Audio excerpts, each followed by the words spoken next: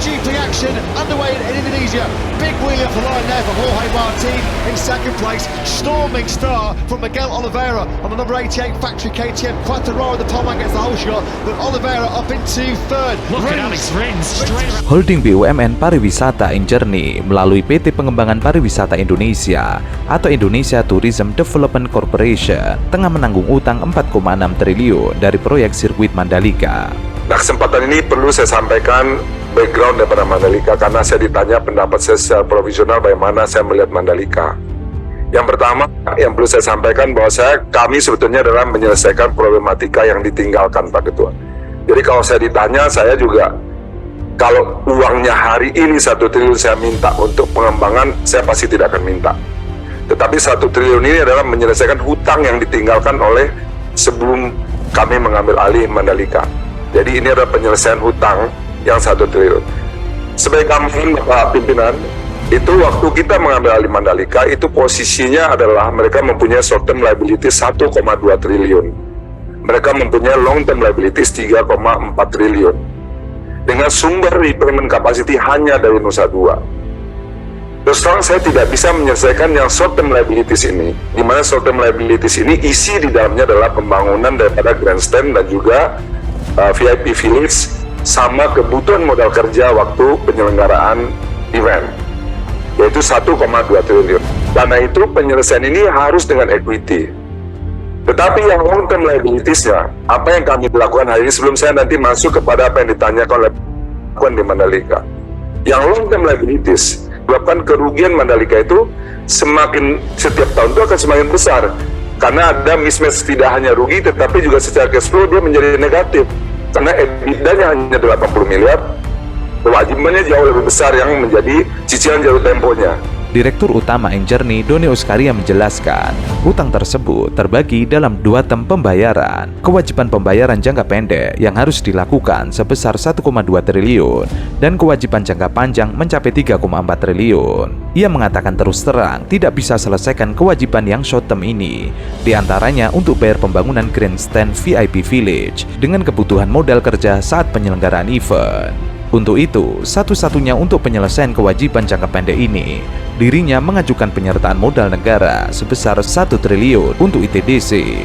Mengenai kewajiban jangka panjang yang sebesar 3,4 triliun rupiah, Doni memaparkan sejumlah strategi.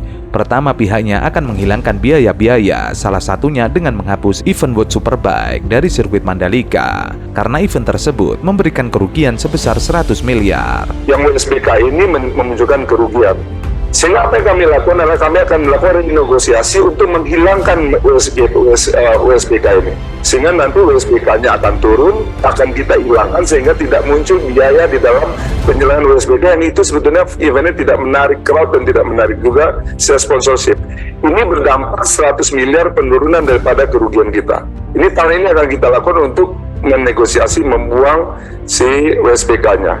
Itu yang pertama. Yang kedua adalah kita melihat lagi MotoGP ini berapa negatifnya dari sponsorship dan juga daripada hosting fee-nya.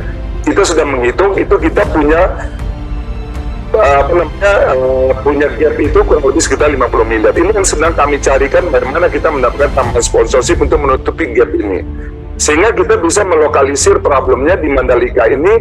Problem pertama adalah berkaitan dengan long term liabilities-nya, yang kedua adalah berkaitan dengan MGPA-nya. MGP-nya kurang lebih 50 miliar yang harus kami lakukan.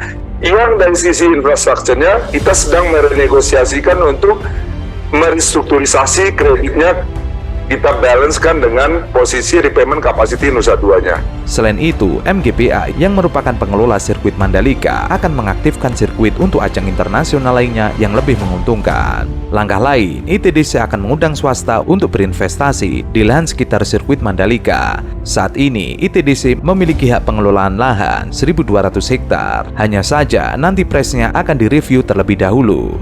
Karena saat ini, price yang ditawarkan harganya 3 kali lipat lebih mahal dari kalau beli lahan, jadi tidak ada investor yang masuk. Karena kalau kita menerapkan commercial policy dan pricing strategi hari ini, tidak akan ada orang yang mau berinvestasi di Mandalika karena dengan parameter 3-6 dolar per square meter per tahun, itu harganya 3 kali lipat lebih mahal daripada harga tanah average rata-rata tanah di Mandalika. Ini yang sedang kami kaji, Bapak Ibu sekalian. Mudah-mudahan proses yang diajukan ini adalah sebetulnya proses penyehatan kondisi Mandalika ketika kita ambil alih. Holding BUMN Pariwisata Injourney tengah putar strategi untuk menyehatkan perusahaan yang mengelola sirkuit Mandalika, yaitu Mandalika Grand Prix Association. MGPA saat ini disebut-sebut tengah menelan kerugian dari pengelolaan sirkuit Mandalika.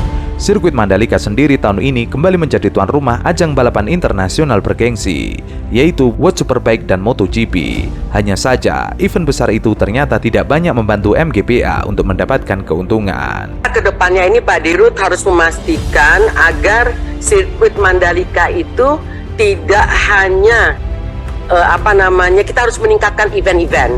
Jadi event itu tidak hanya pada bulan Maret dan bulan Oktober. Ya Pak Dirut ya.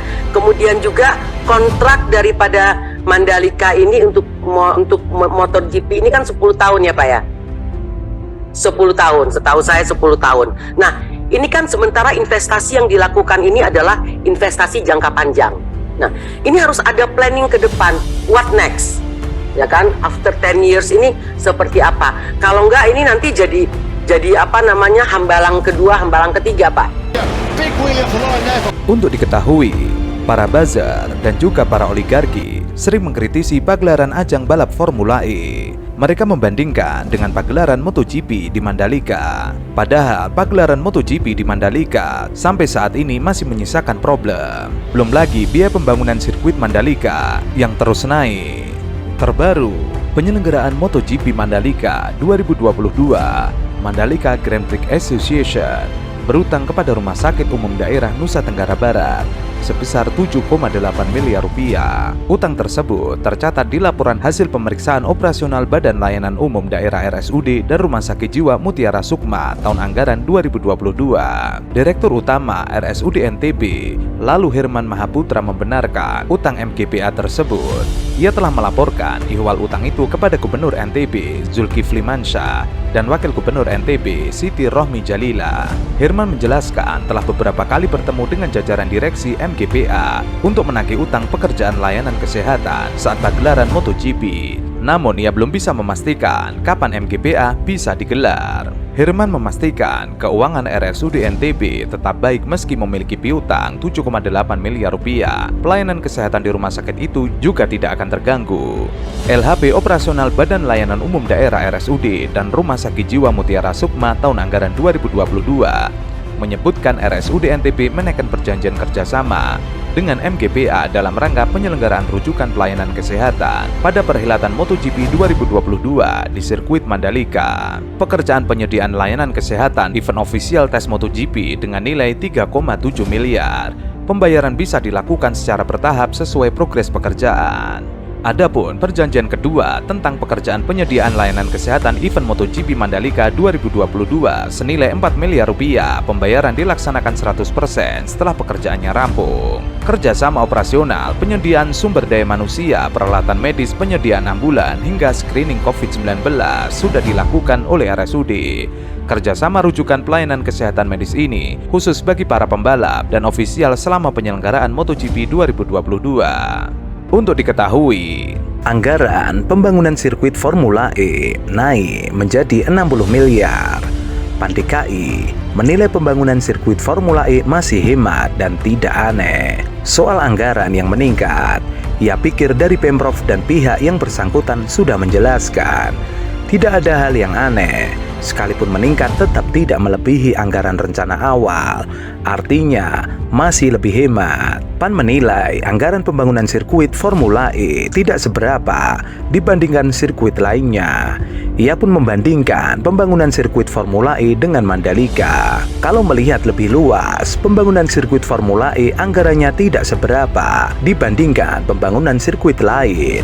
Contohnya, sirkuit Mandalika dengan panjang 4,31 km menelan anggaran 950 miliar. Dengan panjang sirkuit 2,4 km, anggaran 60 miliar terbilang hemat. Terpenting, anggaran yang digunakan bukan dari APBD. Formula E yang panjangnya 2,4 hanya 60 miliar, tentu lebih hemat. Dan yang terpenting anggarannya bukan dari penyertaan modal dalam APBD. It's a good start from Max Günther from pole position, so it's a battle for second as